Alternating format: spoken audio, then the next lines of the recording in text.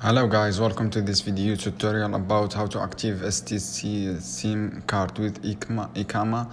And to do, guys, first step, collect necessary document, and you should be valid Iqama and ensure your Iqama is valid, not expired.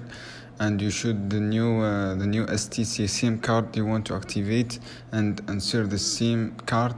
Step 2, and you can do it by enter your mobile phone and make sure phone is unlocked and SIM card circularly insert into the designated slot. And step 3, guys, you should be activated code, and once your SIM card inserted, dial the activation code provided by STC, typically the code combinations of number that you need to enter using your phone.